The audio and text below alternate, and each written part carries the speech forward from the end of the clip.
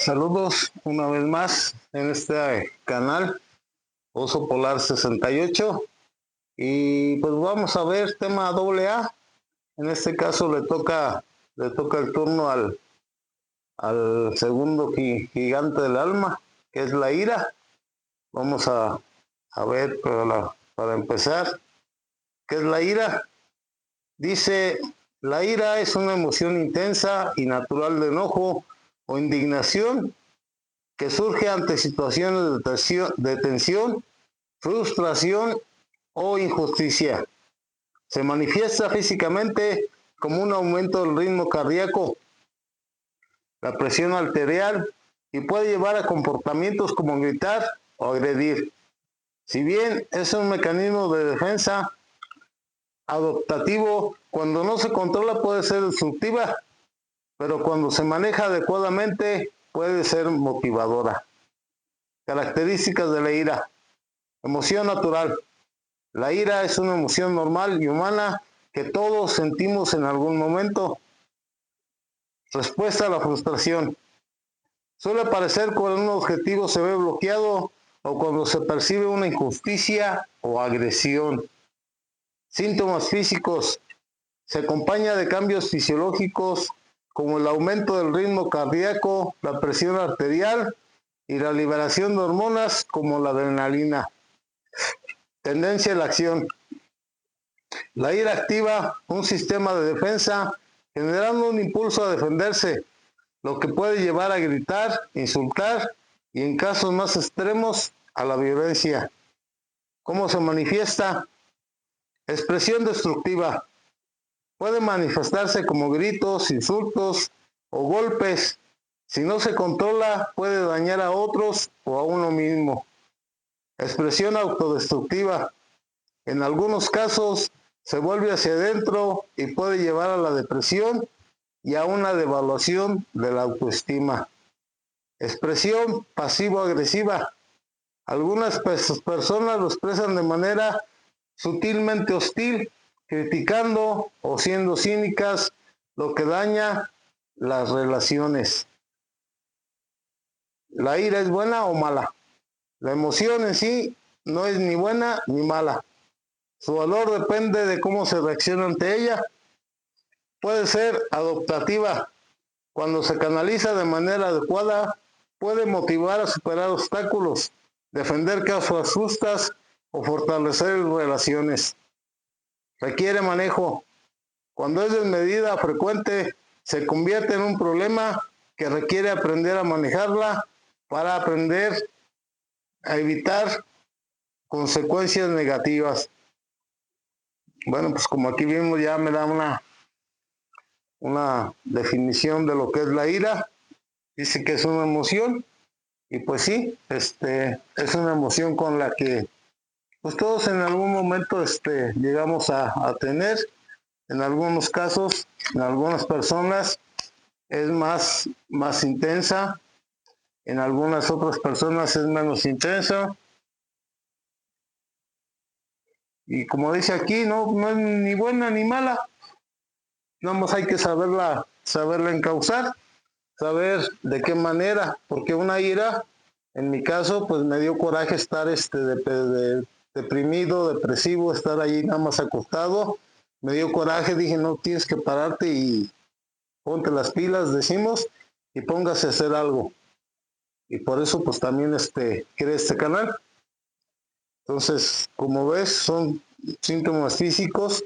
La adrenalina. ¿Han oído ustedes hablar de personas que llegan a saltar una válvula de un salto, valga la redundancia, o de que puedan alzar un coche, un bocho, Pues obviamente que sí. Salud. Traigo mi tacita ahora de Pink Floyd.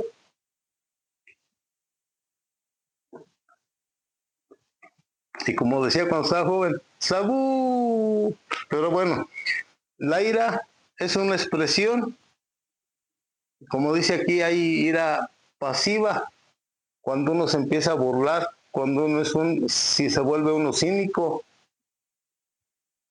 eso pues también afecta a las demás personas. Y obviamente, pues debemos de entender a controlarla. Nosotros como alcohólicos pues somos muy dados a ser impulsivos, y más si traes problemas mentales. Si traes problemas mentales, pues obviamente primero haces y luego averiguas y luego arreglas en qué la regaste. Entonces, este gigante del alma llamado ira, pues vamos a ver lo que nos dice la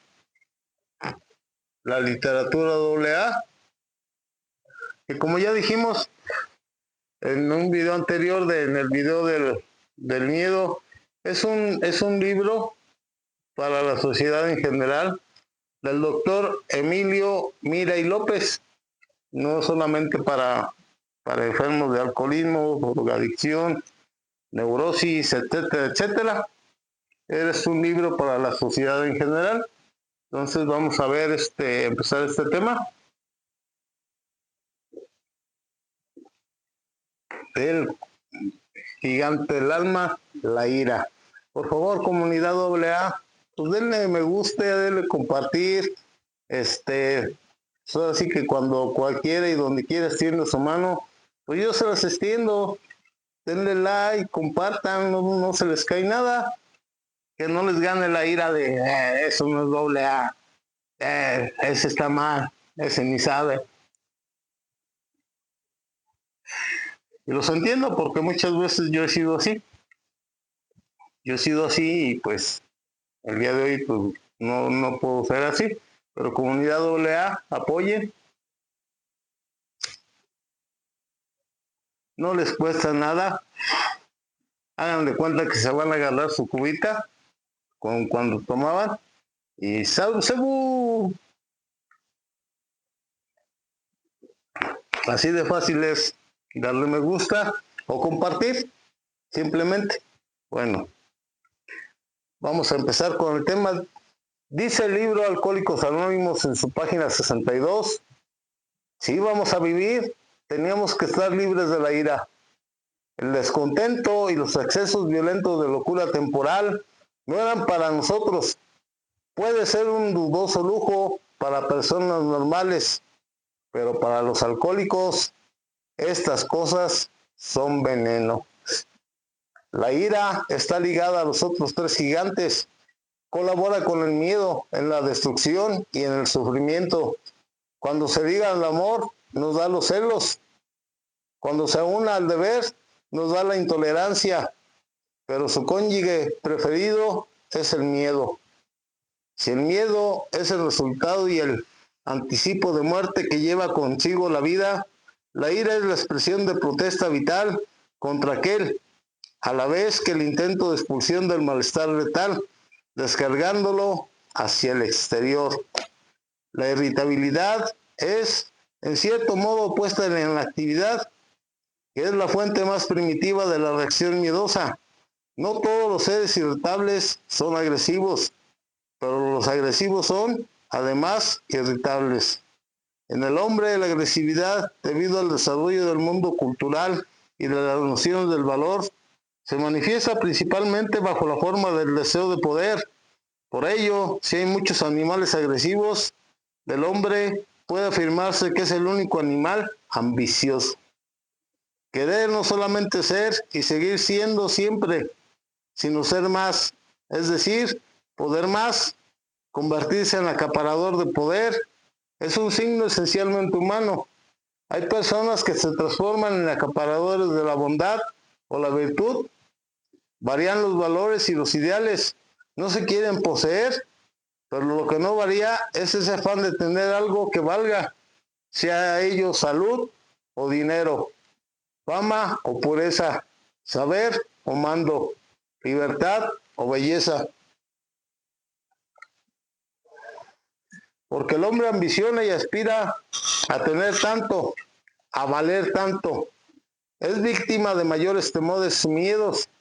Solamente el hombre es capaz de destruirse y de asesinarse. Esa ansia de dominio, de afirmación y de expansión del ser constituye el otro fundamental ingrediente de la ira. ¿Qué falta para que nazca? El miedo.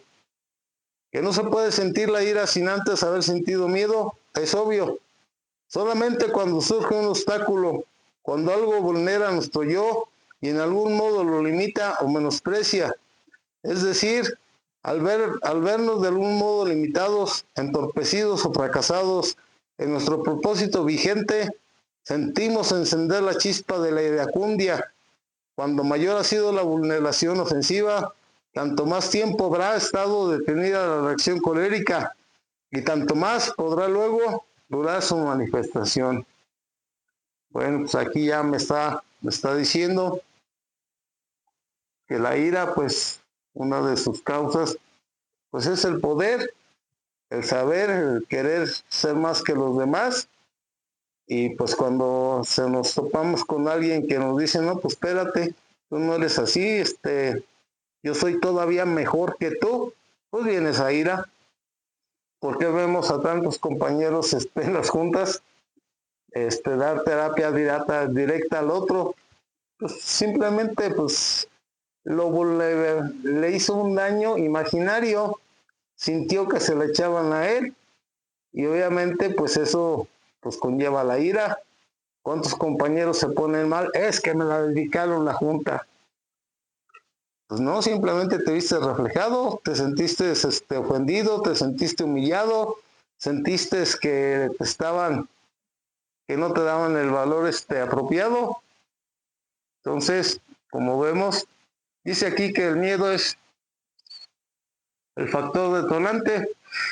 Yo muchas veces no lo creo así, depende la persona. El miedo, pues sí, efectivamente, pues tienen miedo de quedar en ridículo. Pero hay personas que dicen, no, este hijo de la chingada, ¿por qué va a ser más que yo? Y se avienta, sea tribuna, a los fracasos, a maldiciones, a improperios, y pues obviamente eso se da mucho, pues, dentro de. Entonces, vamos a ver los disfraces del gigante rojo, que es la ira. Ah, qué bonito cafecito, qué buen cafecito me estoy echando. Dice, sed de justicia. No toda la noción de justicia sea teñida de un sentimiento iracundo. Se disfraza de actitud justiciera y así los excesos de venganza toman el nombre de actos reparadores. Las personas se avergüenzan de sentir miedo y sobre todo de exteriorizarlo. Reconocen que es un mal acompañante contra el cual es preciso luchar para merecer la aprobación social.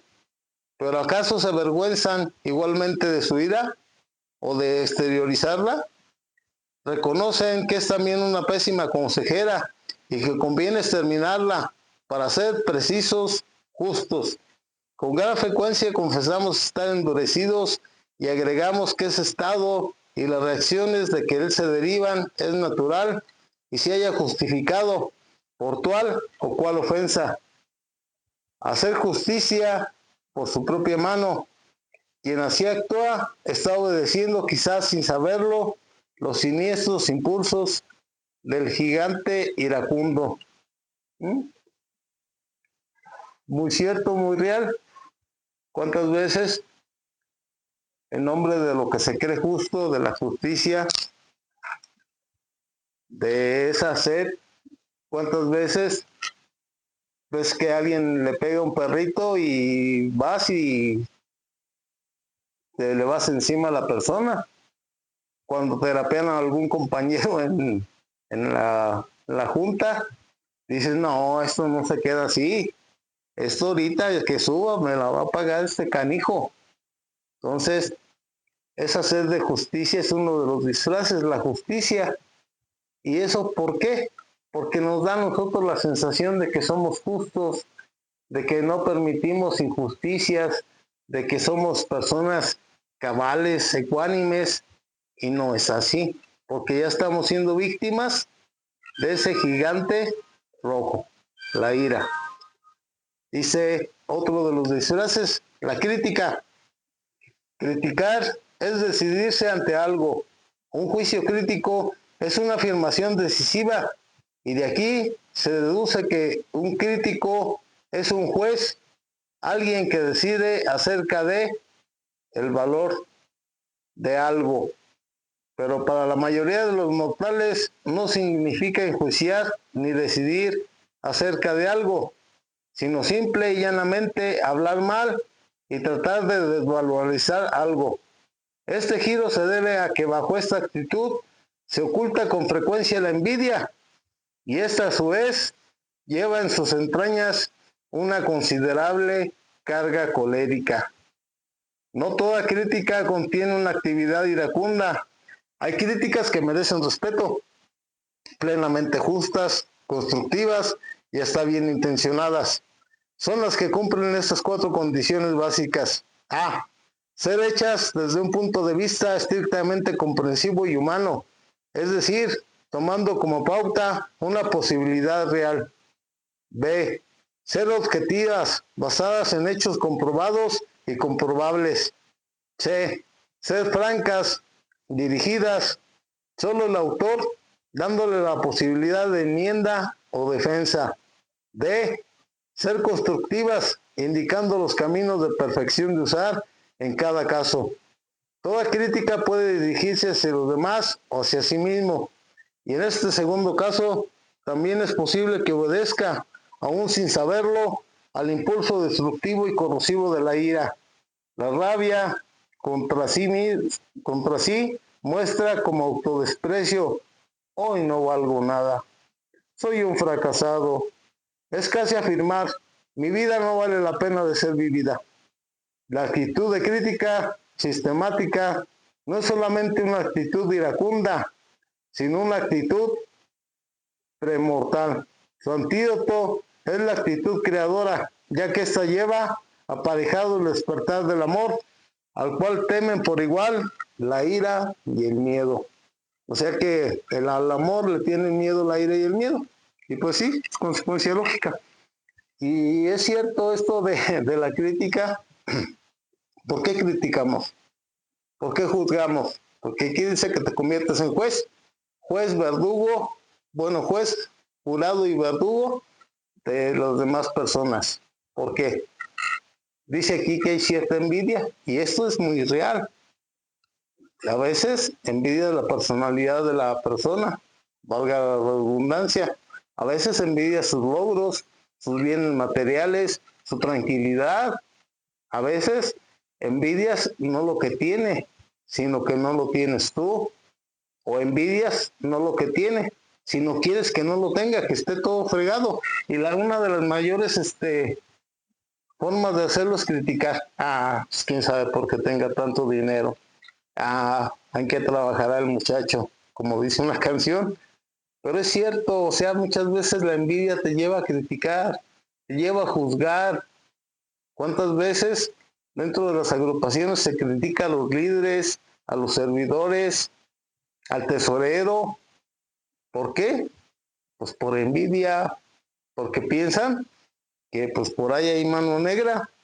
Pero me dice aquí que hay 4 formas de hacer una crítica.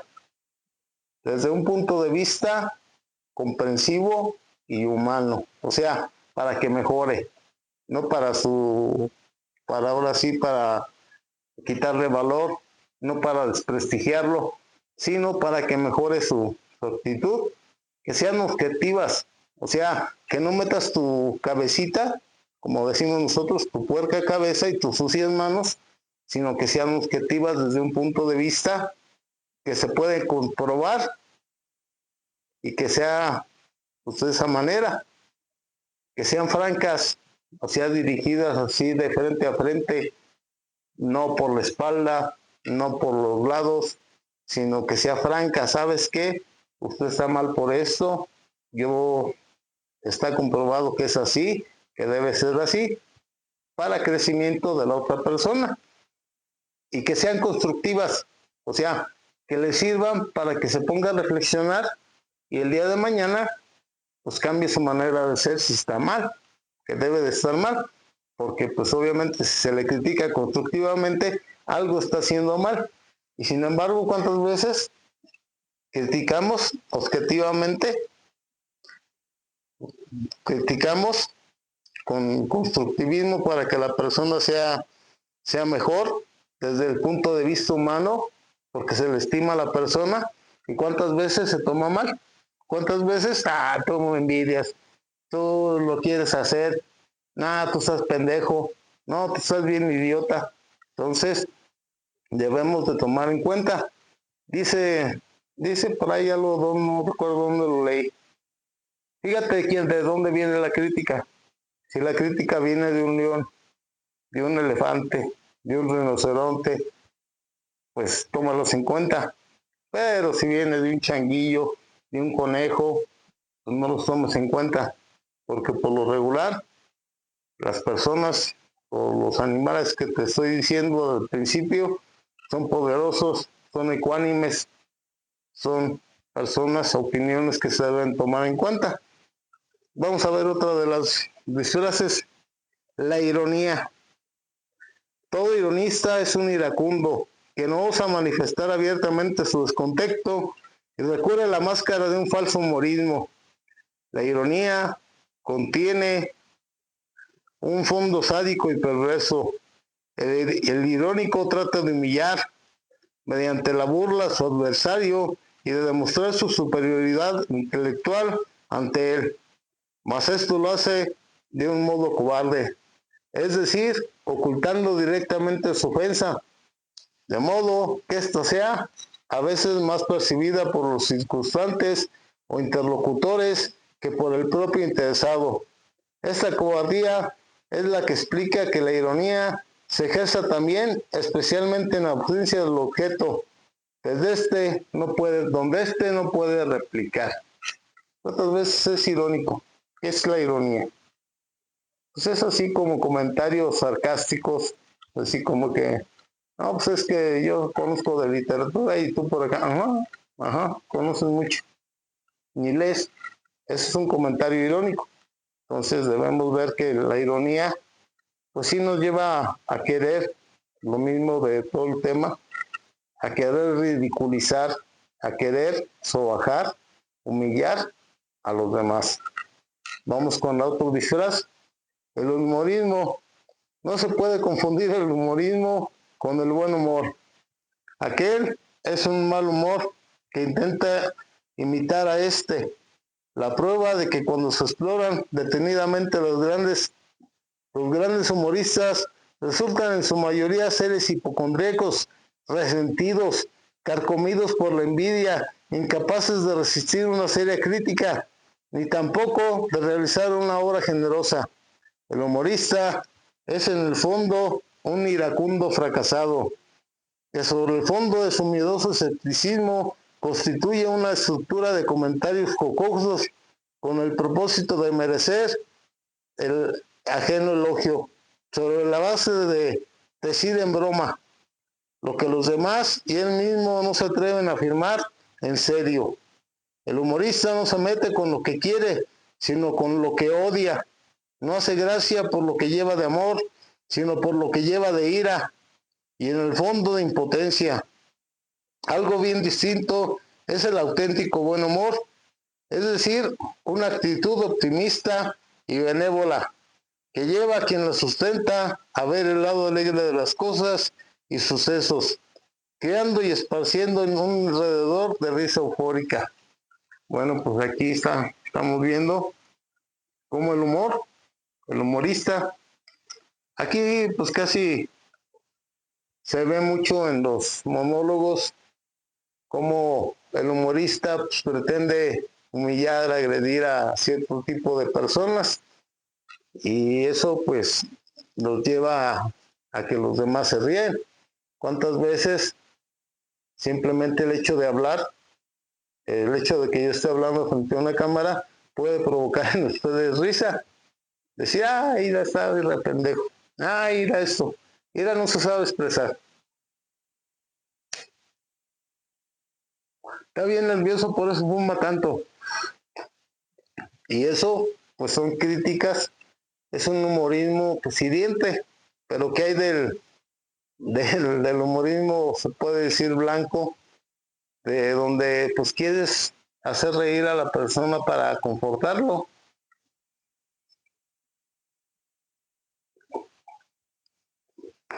Pues para que siga adelante. Es muy diferente que hagas una broma constructiva. Un ejemplo, pues, se podría hacer, no, pues es que choqué. Pues sí, pero no te pasó nada. No, pero que mi carro, que, pues bueno, pues lo vendes como chatarra, ya lo hiciste un autobot. Eso es un humorismo, pues ahora sí, blanco, que es para evadir el problema, no para evadirlo tanto, sino pues una forma graciosa de, pues enfócate en otra cosa, estás bien, estás vivo, gracias a lo que creas, estás bien, pero ¿cuántas veces simplemente el hecho de hablar, hola, y se burlan, ira, en vez de, y no por el gigante de la ira, no, sino que en vez de decir mira, dicen ira, y se da, ¿no? De que, vale, hasta para hablar cometes falta de ortografía y todos se ríen, pero tratando de humillar a los demás. Muchas veces yo les digo cuando dicen ira y dicen, no, pues es enojo. No, es mira, mira con M de madre y no la estoy chingando. Entonces son cosas que pues debemos de ver. El humorismo también provoca, a veces va espoleado por esa ira. Ahí viene mi parte favorita de este tema. Bueno, de todos los temas, porque es de lo que yo más padezco. Es lo que yo trato de trabajar más, que es la soberbia. Hay quien la confunde con el orgullo, mas es en realidad distinta de él. Mientras el auténtico orgulloso, autosatisfecho, trata de disimular ese defecto, el soberbio lo escupe ante quien lo contempla, en su voz ahuecada, en sus gestos y ademanes altaneros, en su porte un tanto provocativo y en su actitud despectiva, se manifiesta esta constante agresión previa al ambiente. Cuando se rinde pleitesía al soberbio, no nos agradece la sumisión, como hace el vanidoso, pues aquel está seguro de su valor y su poder. En tanto en su intimidad, sabe que solamente es capaz de representarlo. No cuesta mucho ver que la soberbia representa el último grado, frase del proceso de la autogratificación, que siempre se destaca como reacción secundaria a una decepción o frustración personal. Si el soberbio habla fuerte, es porque alguna vez quedó mudo. Este proceso de supercompensación del fracaso puede llegar no solo a la vanidad, sino a la soberbia, pero siempre lleva la inconfundible tensión afectiva, el malestar y la falta de paz que caracteriza la presencia de la ira. A su mecha. Pues, cierto, muy cierto, el soberbio, así como yo, es altanero.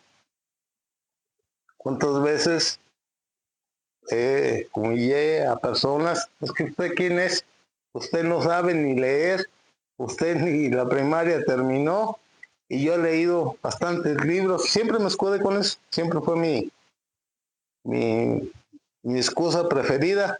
Es que yo sí sé de esto, yo sí sé del otro, y usted quién es, o sea, altanero, prepotente, humillante, y obviamente pues me causó problemas. El día de hoy trato de ser humilde, aunque no se note. Ya no hago muchas acciones que hacía antes.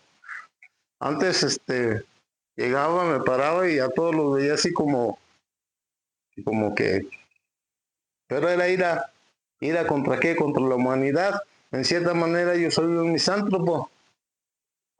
Un misántropo es aquel que le tiene aversión, odio a la humanidad en general. O sea, no solamente mujeres, no solamente hombres, sino en general. Hombres, mujeres, niños, etcétera. Y a todo lo que conlleva la humanidad. Y como dice, pues cuesta trabajo ver esa soberbia.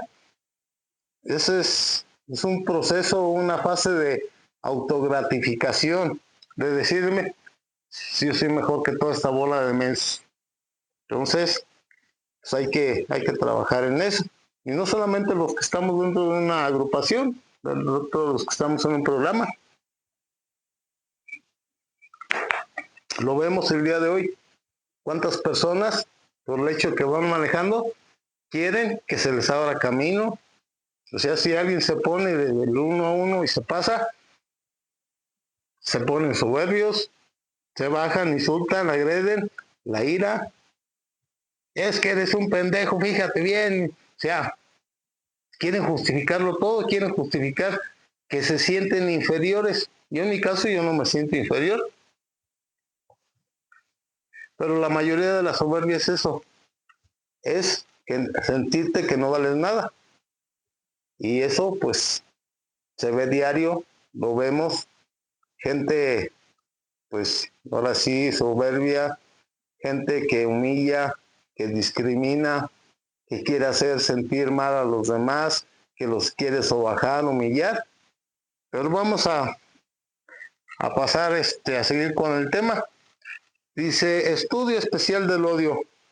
El odio es la cólera en conserva. Ojo aquí, cólera en conserva. Cuando te enojas y no puedes o no haces catarsis o no expresas tu enojo de una manera correcta. Porque cuando el enojo es el momento y lo sacas, no como debe de ser, pues obviamente te liberas. Pero si no lo liberas, se te queda en conserva.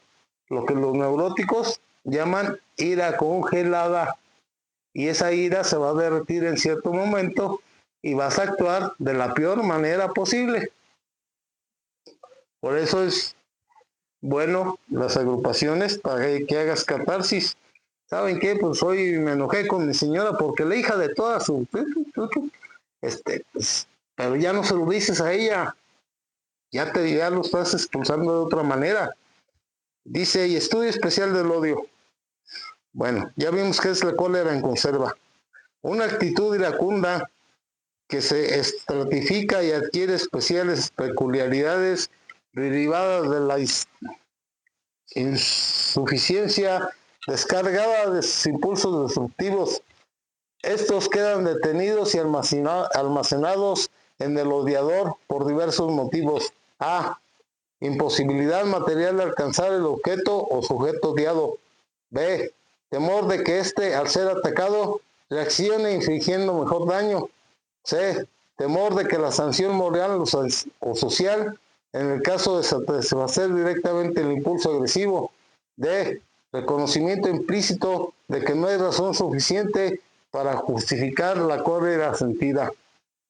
Cualquiera que sea el freno actuante, lo cierto es que quien odia siente paralizada su actuación por la presencia de algo que detiene y perturba la libre descarga de su ira y da lugar a que ésta se concentre en su intimidad. El efecto de esta tensión es un calentamiento progresivo del odiador, que sufre cada vez más las consecuencias de su odio. Solamente se engendra en nosotros odio cuando la ira no es totalmente descargada o satisfecha.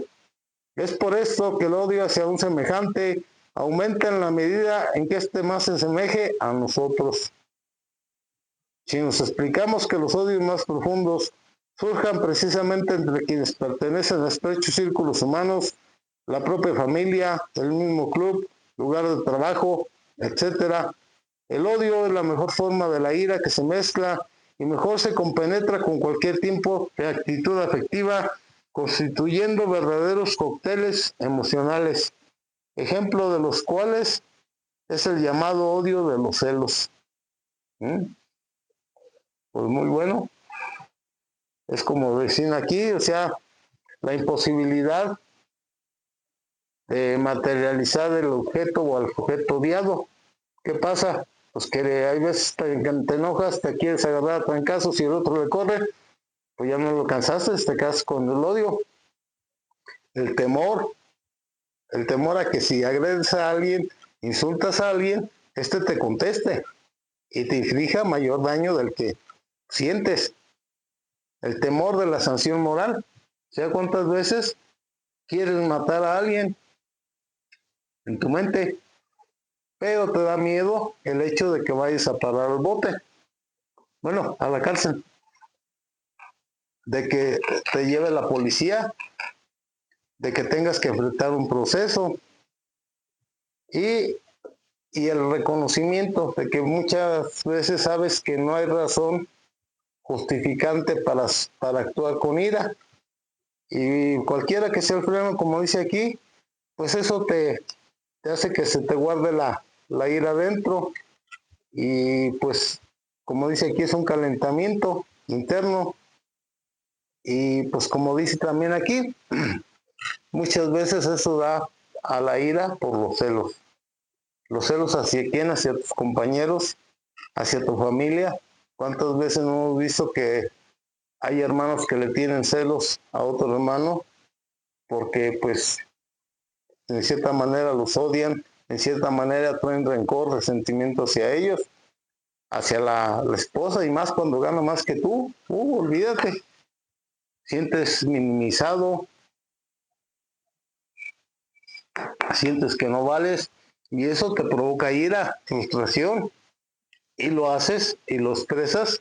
Pues con las mujeres es más fácil expresar, no sé por qué, pero es que tú no sirves, es que eres una puta, es que no sabes cocinar, no eres buena mujer, etcétera.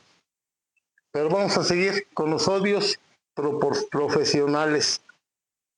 Ajijo, odios profesionales. Se condensan 3 distintos motivos de odio: el de ricos contra pobres, el de viejos contra jóvenes, el de aptos contra ineptos. Nos limitaremos a considerar el último por su importancia en la determinación de las conductas en el mundo del trabajo. El odio del apto contra el inepto profesional se apoya en motivos diferentes de su recíproco y se manifiesta de un modo distinto. El profesional apto no deberá sentir hacia el inepto odio, sino compasión.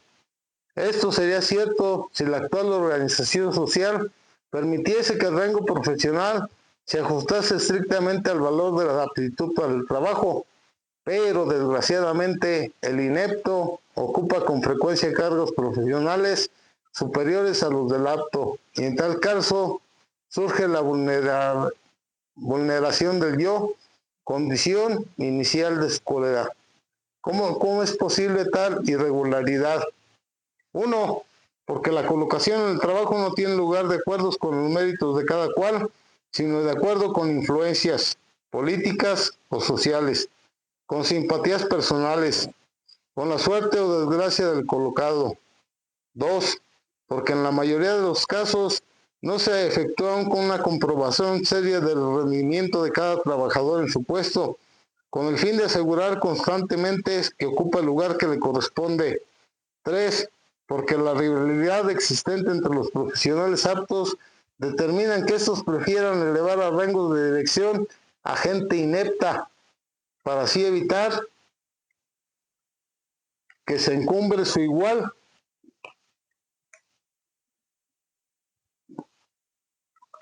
Y de otra parte, poder continuamente la satisfacción de sentirse superior a sus dirigidos. Pero estos, una vez encumbrados por su complicidad, no se muestran propicios a ser simples hombres de paja, y al tratar de imponer su criterio, suscitan doblemente el odio de los aptos, pues estos han de reconocer que han tenido en sus manos la posibilidad de evitar tal situación. Tal es el mecanismo por el cual muchos intelectuales que critican a los hombres representativos de gobierno se niegan en cambio a sustituirlos cuando son llamados a hacerlo. El odio del inepto hacia el apto es más profundo e intenso, pues se debe no tanto a la consideración de la mejor posición, del mayor prestigio, etcétera, que éste pueda tener, sino al hecho irremediable de su superioridad técnica. El inepto no puede aspirar nunca a ser como el apto, puede intentar suplantarle y aparecer como si fuera igual. Ante tal impotencia no le queda otro camino que el de la intriga, ni otra actitud que la del rencor. No es raro entonces que el inepto racionalice su odio afirmando que el apto es vanidoso, que le desprecia y rebaja sin motivo, o incluso que le persigue escudándose en su superioridad profesional. En tales condiciones, cada adversario acumula motivos de cólera y va utilizando armas menos recomendables en su lucha, cada vez más hipócrita. Bueno, pues aquí, ¿qué se puede decir? Está todo dicho. Sabemos que todos los puestos importantes son por compadrazgo, por amistad, pues por favoritismo. ¿Cuánta gente apta está en menor posición que los ineptos? Pero pues como volvemos aquí, como dice aquí, por la suerte, por el favoritismo, pues obviamente provoca ese odio, provoca esa ira de los aptos. Si es un pendejo, ese no sabe nada, ese pues obviamente no tiene por qué estar en ese puesto. Y como dice aquí, muchas veces los aptos buscan cómplices, buscan gente inepta que no les pueda quitar el puesto, que no se sientan igual que él. Entonces, ¿qué pasa? Que luego cuando los encumbran, ¿sabes qué? Pues ahora sí ya estamos de igual, pues sáquese mucho a ver a dónde. Y eso pues provoca ira. Poco lo que se puede decir, pero bueno, más bien es mucho lo que se tendría que decir, pero pues creo que se explica sobre el tema. Vámonos a la otra parte, dice los odios familiares. Está bueno. Su raíz más importante la encontramos en la obligación de querer, como si fuese posible imponer sentimientos a seres cuya conciencia no es otra que la de encontrarse en un mismo árbol genealógico. Nadie puede escoger sus hermanos, sus padres, sus primos o sobrinos, sino que estos les son dados al nacer. Durante toda su vida, la actual organización social señala que ha de tratarlos con afecto y en no pocos casos con subordinación jerárquica, aun cuando intelectualmente sean superior a ellos. Toda la familia tiende a funcionar un régimen monárquico absolutista.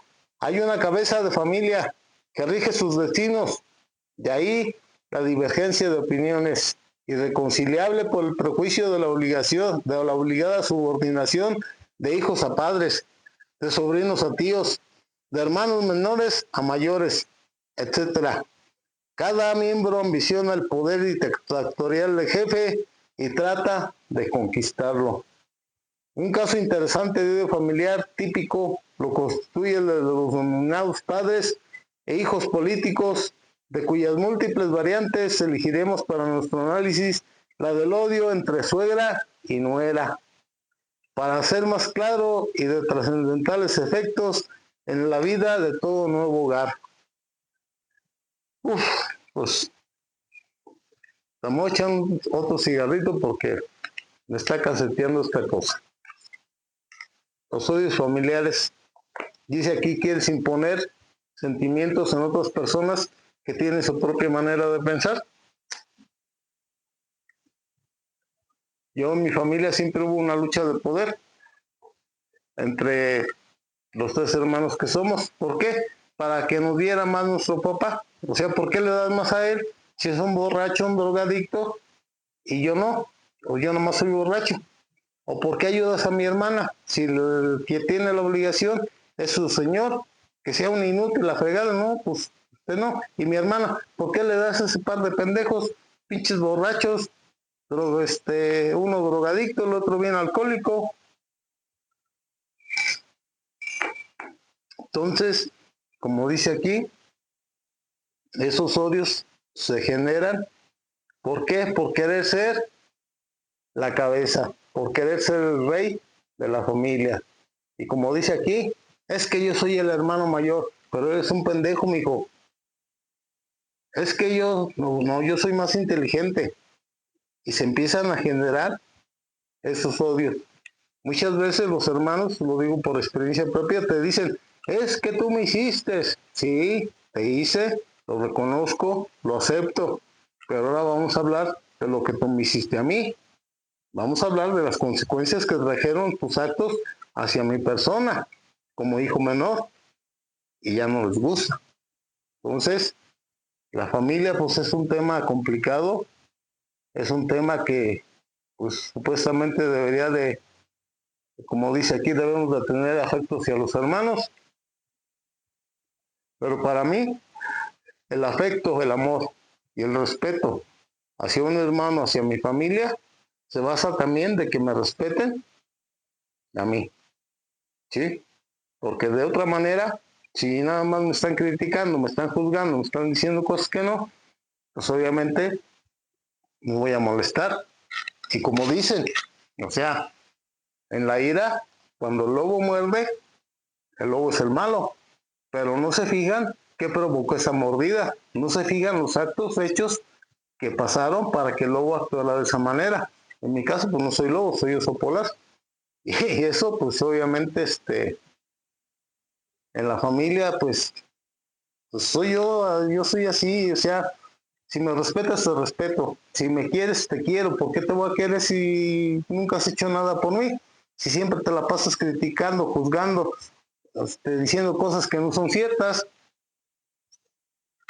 Entonces, está interesante este tema. Ojalá ahí en los comentarios pudiéramos debatir sobre, debatir, no entrar en controversias, expresar puntos de vista y hacemos un video sobre lo que es la familia y la ira.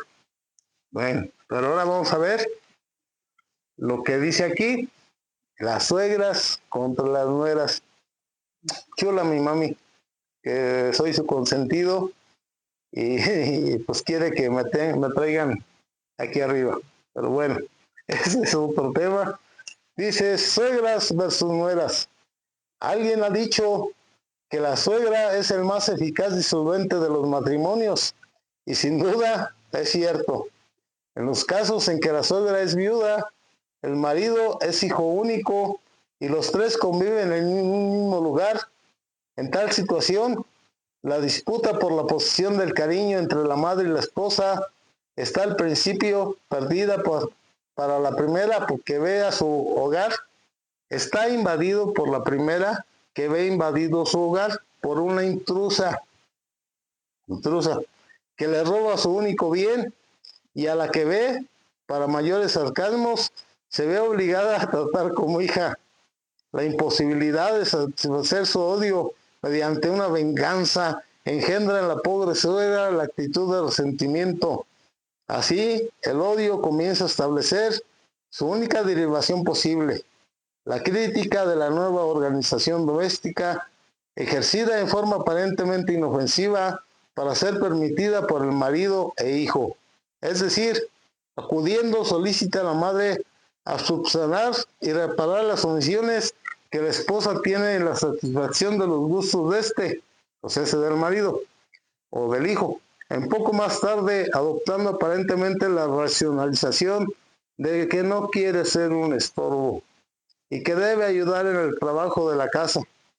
La suegra rivalizará con la nuera y medir sus fuerzas en otros aspectos hasta conseguir que el casado admita implícitamente la superioridad de aquella por su mayor experiencia en tales menesteres. Unos meses después, los dados se dirigirán directamente a la propia personalidad de la nuera, a sus vestidos y afeites, a la distribución de su tiempo, etcétera. Pero cuando la ofensiva se desencadenará en todo su esplendor, será con motivo del primer embarazo y parto. En tales condiciones, el rencor suegril alcanza a veces un maquiavelismo refinado. Al ascender a la categoría de abuela, perdón, la categoría de abuela, la suegra se siente reforzada en su posición y como arma para terminar su labor de reconquista del hijo. Las derrotas y victorias de esta lucha sorda, a veces y escandalosas otras, constituyen para su inocente causa otros tantos motivos para llegar a aborrecer el teatro de la misma y buscar fuera de él la paz que le habían prometido. No se crea que la nuera desempeña un papel de víctima propiciatoria y que es ajena a la precipitación del desenlace, con su conducta quejumbrosa e intransigente, con sus llorosos reproches, pone al marido en el dilema de ser un mal hijo o un mal esposo, dilema que éste acostumbra a resolver siendo ambas cosas a la vez.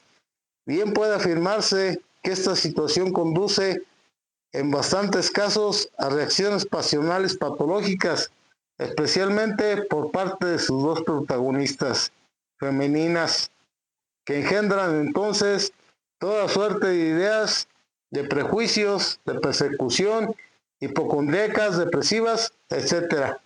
El odio de suegros y yernos es menos pronunciado y tiene menos complejidad expresiva, pues se acostumbra a descargarse con mayor rapidez. Pues aquí vemos si esto es bien cierto y se ve en la sociedad. Yo en mi caso personal siempre tengo un dicho: yo primero conocí madre y después conocí esposa. Que eso tampoco me hace que le dé favoritismo a mi madre. No, simplemente las cosas como son. Mi relación con mi madre es una y mi relación con mi esposa es otra. Y las relaciones tirantes, ¿saben qué? A ver, se me ponen, así me pasó en mi primer matrimonio. A ver, se me ponen aquí y ya dejan de estar como niñas, porque pues mi mami pues me protege mucho, mi mami se hace ahí, madre.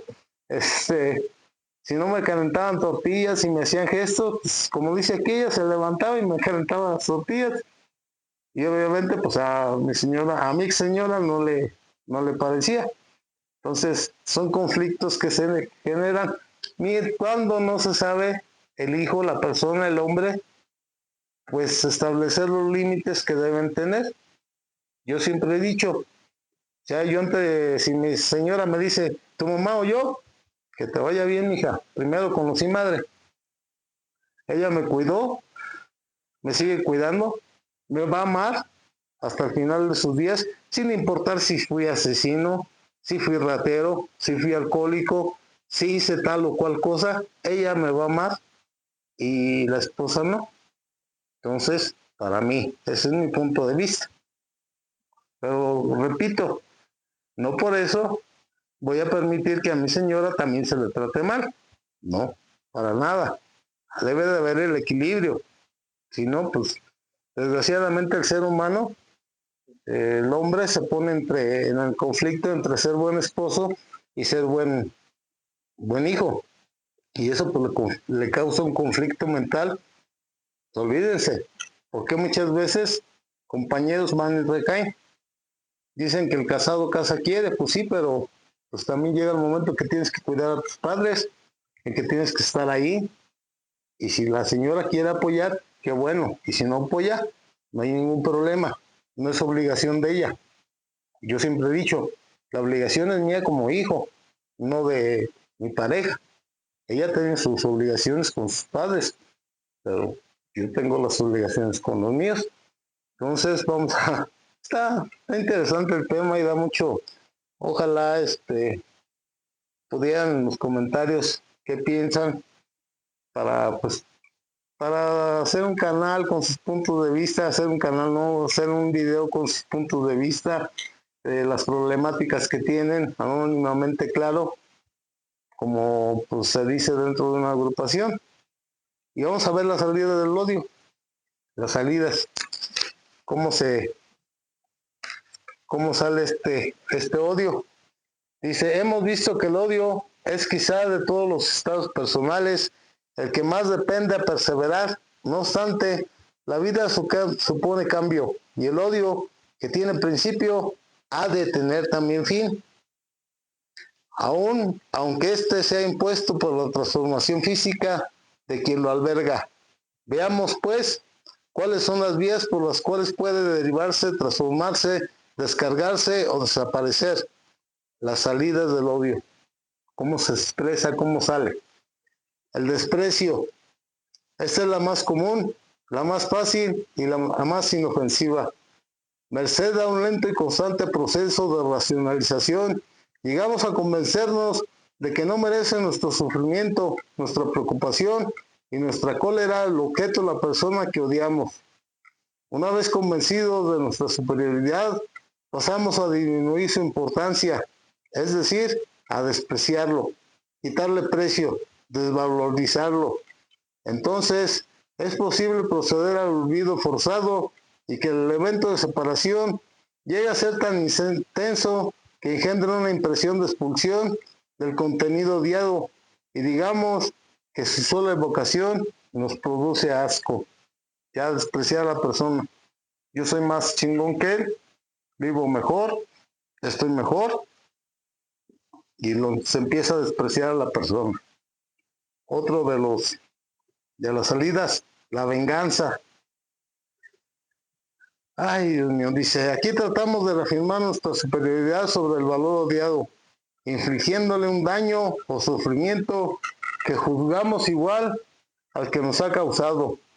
Vengarse es un intento de retornar el equilibrio tensional que precedió al periodo de antipatía y de enemistad, mediante uno o varios actos que restañen la herida sufrida por el amor propio. En la medida en que el odio da paso al proyecto de venganza, el sujeto empieza ya a tener un consuelo. Se siente solidario con ese proyecto y lo acaricia, anticipando imaginativamente el placer de su realización. Vive y revive en su fantasía el momento que triunfa sobre el poder odiado y la autosatisfacción que ilusoriamente encuentra en tal ensueño.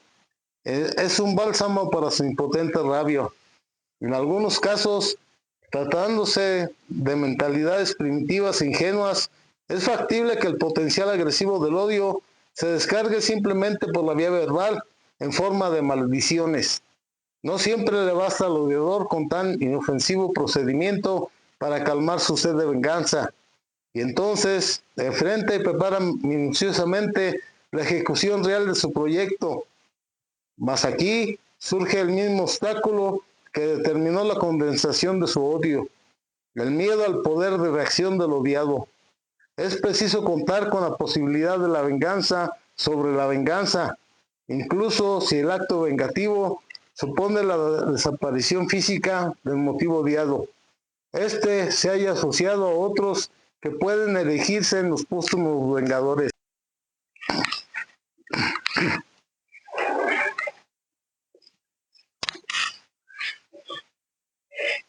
Y aquí viene la pregunta, ¿tú cuántas veces no te has vengado mentalmente de las personas que tú sientes que te han hecho un daño?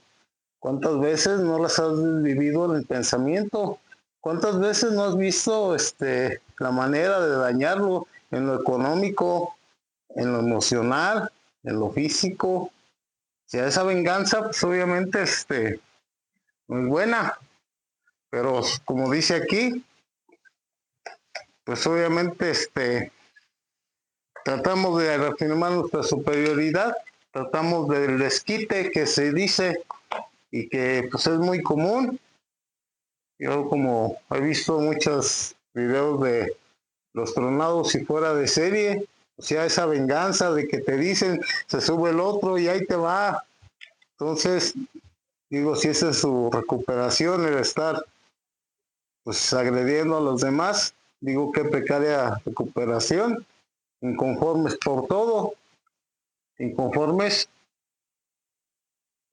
por estar dentro de.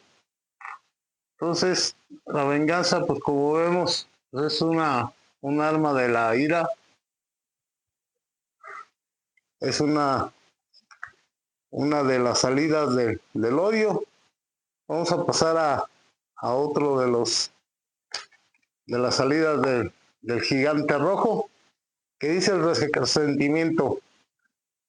Ojo aquí, se requieren 3 condiciones para que el odio engendre el resentimiento. 1, que se haya alimentado una probabilidad de triunfo sobre el odiado.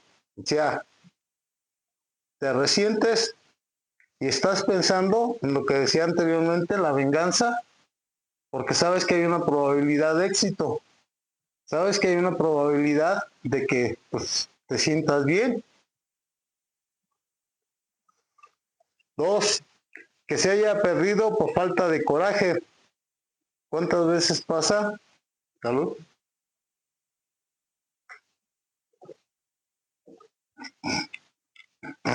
Que ante una humillación, ante algo que te dijeron, ante una agresión, pues tú pudiste haber actuado mejor y eso pues ya lo piensas después. Ya empiezas, sí, hubiera dicho esto, hubiera dicho aquello, pero pues obviamente no lo hiciste. Dice, es la falta de coraje. Y 3, que el sujeto que siente una sed sin esperanza de venganza, perdón por las fallas técnicas, pero es lo bonito de grabar en vivo. A mí no me gustaría tanto estar edite y edite. Les digo, no le sé. Pero pues se me apagó el micrófono. Creo que mejor voy a grabar así con el celular. Porque pues obviamente tengo problemas. Necesitaría dejarlo cargado pues buen rato. Dice, y vamos a seguir con el tema, dice el perdón conciliatorio. El tránsito de la actitud repulsiva a la atractiva se haya favorecido por el hecho de que es común a ambas. El interés personal recíproco, la vivencia que conscientemente marca el momento de la inversión del odio y del inicio del afecto es el perdón conciliatorio. En primer lugar, esa actitud se produce con singular facilidad cuando el odiado pierde su poder de intimidación. Es preciso fundamentalmente que sintamos en nuestra intimidad una impresión de seguridad, potencia y superioridad, de valor y eficiencia, ante el objeto o sujeto de nuestro odio, al propio tiempo que experimentamos una tendencia o deseo de hacer las paces y asegurar así la tranquilidad futura en relación con él. En el perdón o en la reconciliación que se siente sinceramente, hay no solamente una desaparición de la ira, sino un brote del amor, porque en realidad el odiador siempre valoró al odiado. Se produce en su conciencia la revelación de este sentimiento de aprecio, que se haya aprisionado por la violencia de los dos gigantes, negro y rojo, engendrados por la rígida actitud del odio. Ese momento marca una de las vivencias más excelsas del alma. Perdonar y reconciliarse es revivir, trascenderse, liberarse de la doble opresión del miedo y la ira para ingresar en el luminoso y atrayente halo del efecto de la paz amorosa. Bueno, pues como dice aquí, ¿cuántas veces con los compañeros de trabajo, de sociedad, de una agrupación, pues te resentiste, pero a través del trato continuo, de la convivencia diaria, pues empieza a surgir la simpatía, donde empiezas a olvidar, donde empiezas a pensar que el resentimiento pues no tiene caso, y donde va surgiendo o se da ese amor, y empiezas a decir y a pensar, pues si no era para tanto, no era tan grande, empiezas a ver la realidad objetivamente y empiezas a notar pues que no tienes por qué estar resentido. El amor, como dice aquí, vence a lo que es la ira y al gigante negro que es el miedo, y obviamente pues se va dando paso hacia esa paz, hacia esa tranquilidad. Dice, ¿cómo domesticar la ira? No es fácil este proceso de dominio paulatino que nos lleve a aprovecharnos de sus fuerzas sin sufrir los efectos devastadores de su acción libre. Usar el miedo sin anularse la ira sin consumirse y el amor sin extasiarse es difícil de lograr, pero no imposible. Los vicios pueden ser transformados en virtudes. La ira constituye el puente entre el miedo y el amor. La lucha contra el amor es efectiva para disminuirla, pero aún será más eficaz lograr que se descarguen en direcciones y en forma que resulten productivas en vez de destruirlas. Es factible que la potencialidad de estructura del gigante rojo se transforme en impulso laborioso y nos lleve debidamente dirigida a lograr el dominio de la naturaleza y las conquistas del progreso científico, técnico, artístico, es decir, de la vida cultural. A medida que vamos llenando con realidades conocidas algunos huecos, nos vamos sintiendo más serenos, más dueños de nosotros mismos y menos iracundos, porque en el fondo nos sentimos más seguros y menos amenazados de fracaso. El fracaso. Cuando ya te empiezas a sentir menos fracasado, menos vulnerable, menos inferior, pues empiezas a domesticar esa ira. No es fácil, yo te lo digo por experiencia propia, no es fácil ese proceso de dominio, pero debe ser paulatinamente, poco a poco. Como dice aquí, pues la ira constituye un puente entre el miedo y el amor, y la lucha contra el amor, pues obviamente va a salir perdiendo el miedo y la ira. Es gratificante saber que puedes domesticar esa ira, que la puedes encauzar, que la puedes controlar, que no vas a seguir siendo impulsivo durante toda tu vida. Pero bueno, vamos a seguir. Como dice aquí, pues a través del amor vamos a sentirnos menos amenazados, más seguros, más en paz, más tranquilos. Ahora vamos a ver la lucha contra el mal humor. No hay duda de que el mal humor es signo de propensión iracunda. Casi siempre un malhumorado es un pesimista y en el fondo un miedoso que no quiere confesarlo. Por ello le conviene ser analizado y enfrentado con una interpretación objetiva de sí, para que, conociéndose mejor, pueda dejar de sufrir y de hacer sufrir a los demás. La principal característica del mal humor es la de no acusarse como tal a quien lo tiene.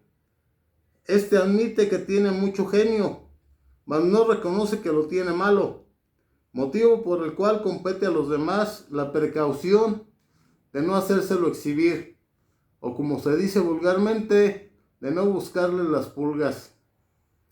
Las actitudes que definen el carácter malhumorado casi siempre tratan de explicar y explicarse su irritabilidad como una muestra de un culto y devoción a los valores más puros. No puede sufrir que se cometan injusticias, no puede tolerar la hipocresía, es un esclavo de la verdad, o su dignidad le impide dejarse atropellar en sus derechos, etc. Bueno, pues como dice aquí, ¿cuántas personas pues andamos malhumorados en base a lo que creemos justo, en base a lo que sentimos que es lo equitativo? Y pues como dice aquí, se dice que tengo un carácter fuerte, es que tengo genio, yo no soy un pelele, sí, pero como dicen, hay que tratar de hacerle ver a estas personas pues que su genio, su carácter, su temperamento no es bueno. ¿Cuántas veces nos andamos de mal humor en la casa por una simple acción pequeña, ya sea de la pareja, de los hijos, de los padres, y se pone uno de mal humor? ¿Cuántas veces en la calle te pones de mal humor por pequeñas? O sea, a veces son cosas insignificantes y te pones de mal humor. Yo simplemente cuando hago cola en donde tengo que pagar algún servicio, en un Oxxo, no sé, en la Aurrerá, y pues obviamente me molesta que se quieran meter en la fila, porque hay dos. Bueno, aquí ya les he dicho que sí trabajan a veces las dos cajas, y como ven que una está desocupada porque todos estamos haciendo filas acá, y llegan y se meten como si nada, pues eso para mí es una injusticia, y eso me causa mal humor. Pero el día de hoy tengo que ver, pues a final de cuentas, Es deber del dependiente decirle, señorita, señor, joven, jovencita, quien sea, váyase a la fila. Así de fácil, y no tengo por qué molestarme. Entonces, como dice aquí, muchas veces pues se justifica uno pues, en los valores, en las injusticias, en querer ser esclavo de la verdad, y pues no debe de ser así. El más que nada, el no dejarte atropellar, porque te vas a sentir menos, te vas a sentir una persona pues obviamente que pasan sobre ti, y obviamente pues son conductas que pues, son negación de lo que se trata de afirmar. Entonces, como dice aquí, en todas estas ocasiones, quien eso dice no se da cuenta de que su conducta representa una negación de lo que trata de afirmar, por lo lleva a ser injusto, exagerado y entrometido. Entrometido. Yo tenía mucho de eso. ¿Cómo luchar contra el mal humor? No basta aconsejar que quien siempre se siente enojado y malhumorado se mira al espejo y se ría de su hosco gesto, cuente hasta 100, o recuerde que la ira es uno de los 7 pecados capitales. Todos estos recursos sirven de bien poco en la práctica. Pues sí, como esto no lo dice aquí, pero dice cómo luchar contra el mal humor. Pues no basta un consejo, no basta mirarse al espejo y terapiarte y decirte es que estás loco, es que eres un neurótico de primera. No sirve de nada contar hasta 10, decían antes, aquí dice que hasta 100. No sirve de recordar que la ira es uno de los 7 pecados capitales, defectos de carácter o como lo quieres llamar. Estos procesos pues sirven de muy poco. La verdad es que debemos ir más allá y pues practicarlos. Dice que hay otros caminos a seguir. El primero consiste en recordar que el mal humor puede ser el producto de alteraciones en la sangre. Los hipertensos, los hepáticos, los estreñidos crónicos, etcétera, acostumbran a enfadarse con facilidad porque tienen aumentada su irritabilidad.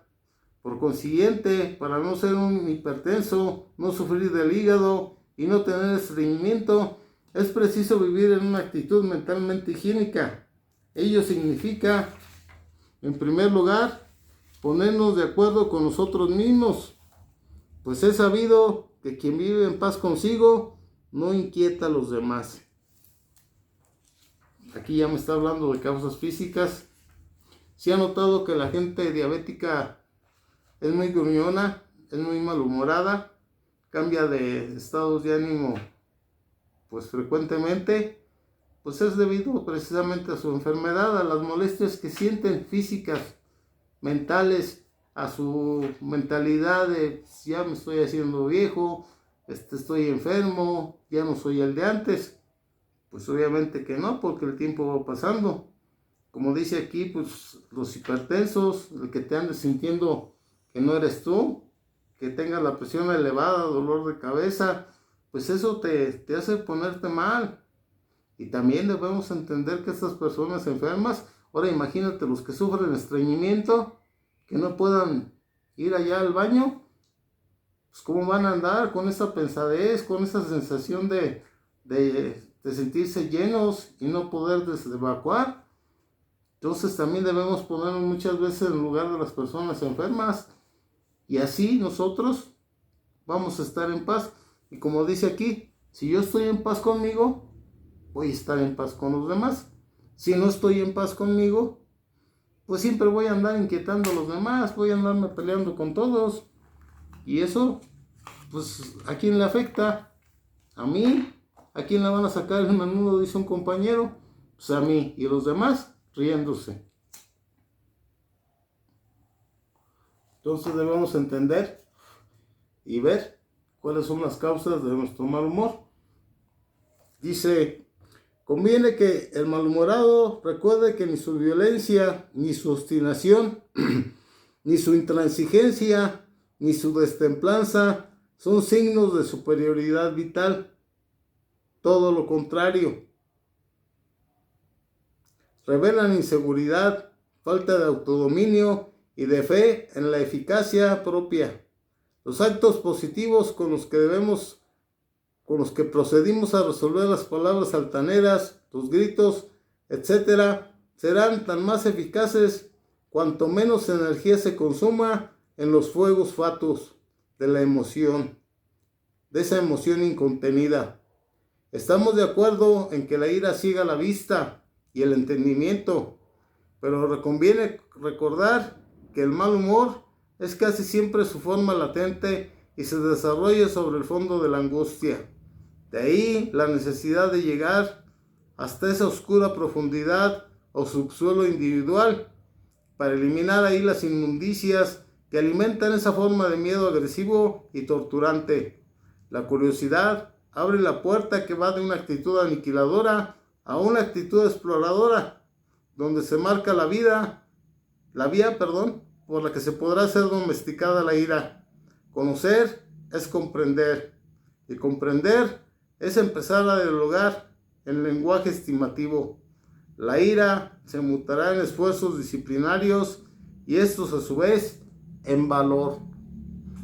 Entonces el gesto tosco y el ademán agresivo se transformará en movimiento firme y en ceño atentivo. Y las manos no estrangularán, sino moldearán.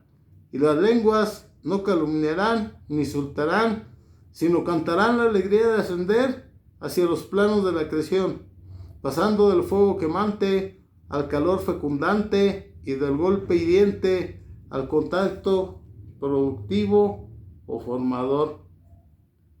Interesante. La neta me llena de paz esto. O sea, siempre he tenido yo una cara josca. No sé si por lo que viví, no sé si por tantas cosas que no debí ver, no sé si porque siempre he estado enojado con el mundo, pero yo siempre tengo una cara hosca. Siempre he dicho que una de las cosas por las que no me he metido en tantos pleitos es por mi físico. O sea, aparte de que estoy alto, estaba un poquito más chonchito, pasaba 80 y tantos, 84 kilos. Ahorita pues estoy flaco. Y obviamente pues me veían alto. A mí siempre me pegaron entre varios. Casi, bueno, más bien nunca me tocó que me pegaron una sola persona. Porque pues empezaba el pleito, medio me maniaba, daba un trancazo y dando el primer trancazo pues me caían encima casi todos. Permítanme, déjenme apagar mi alarma. Ya van 2 veces. Ya van 2 videos. Creo que mejor voy a apagar el celular. Esos correos. Pero fíjense, yo no me pongo de mal humor. ¿Para qué me pongo de mal humor? Tenía que sonar. Yo lo puse a las 6 de la tarde. Que yo no me dé cuenta del tiempo que estoy. No es culpa del teléfono. Entonces, aquí hay una manera clara de ver cómo puedes transformar tu mal humor, tu ira, pues en cosas hasta chuscas, divertidas. Y aquí queda preguntarnos, ¿qué te hace enojar? ¿Qué me hace enojar a mí? ¿Por qué me molesto ante ciertas situaciones? ¿Qué tienen que ver con mi infancia? ¿Qué tienen que ver con mi forma de ser? ¿Qué tienen que ver con lo que se me inculcó de niño? Todo eso, pues provoca la ira, como dicen los valores. El que le peguen a un niño chiquito, pues sí, pues es malo, pero tampoco debo de ser agresivo y aventármele los trancazos a la persona.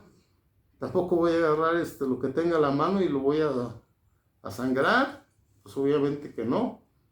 Entonces,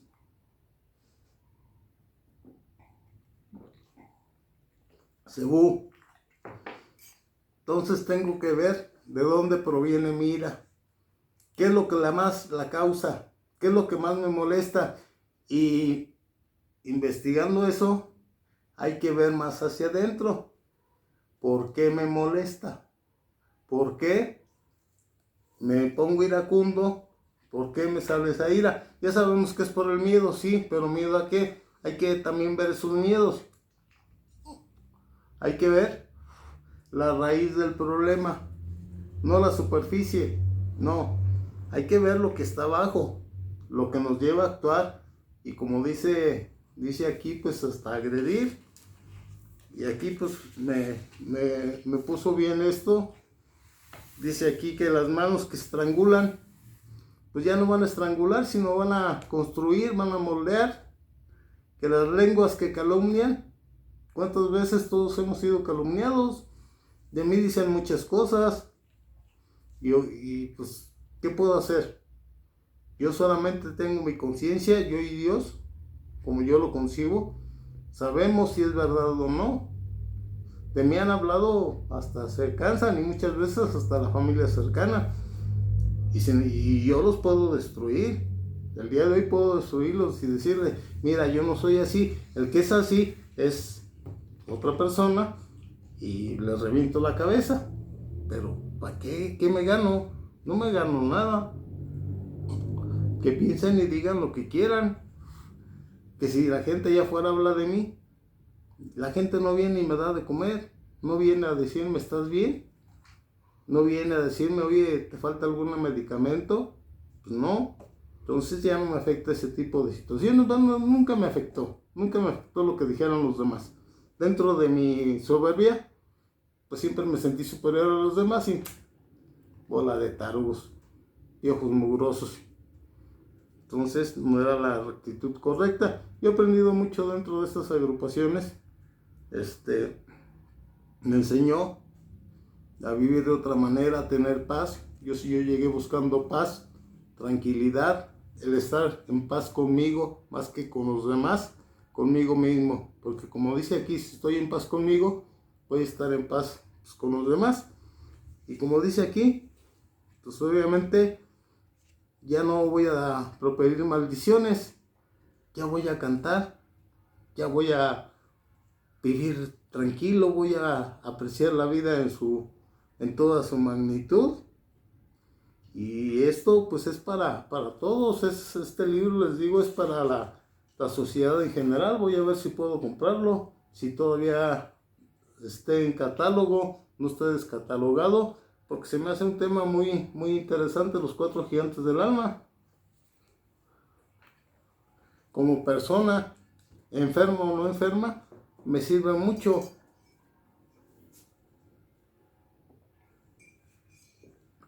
Próximamente les voy a decir si está descatalogado o no, si lo pueden adquirir todavía. Y pues ojalá y tengan la oportunidad de adquirirlo, de ver esos 4 gigantes. Por hoy el tema de la ira pues me deja mucho que pensar, me deja mucho que reflexionar, el porqué de lo que hice, y el porqué de cómo trabajé, y del porqué el día de hoy pues ya no soy tan iracundo.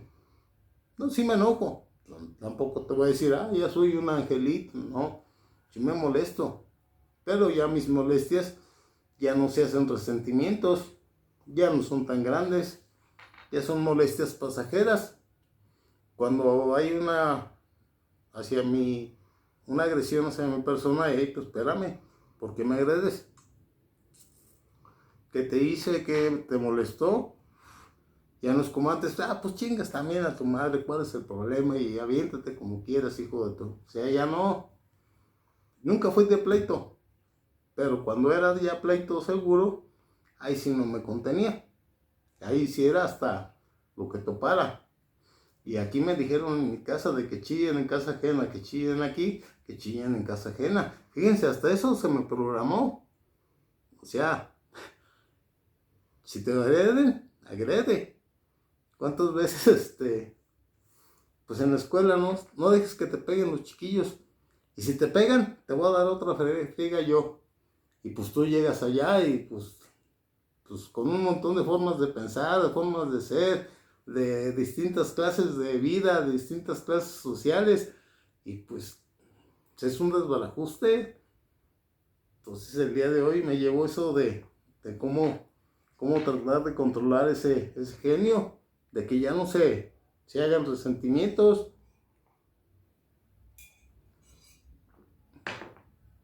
Próximamente nos vemos ya con lo que es el ajedrez.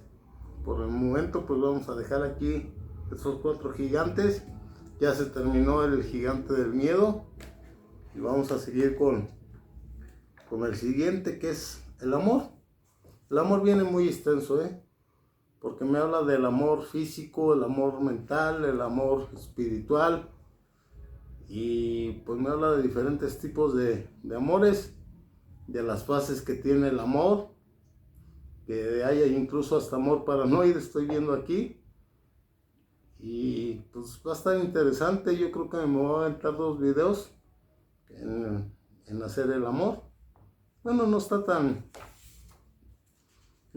extenso, pero no, sigue acá.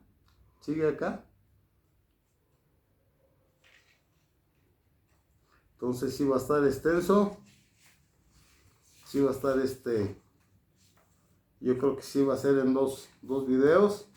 Pero por lo pronto pues me despido. Gracias por ver. Si te gustó, pues ya sabes, dale like, comparte con alguien que tenga ese problema de la ira, con el problema del miedo. Compártelo para que conozcan más su enfermedad.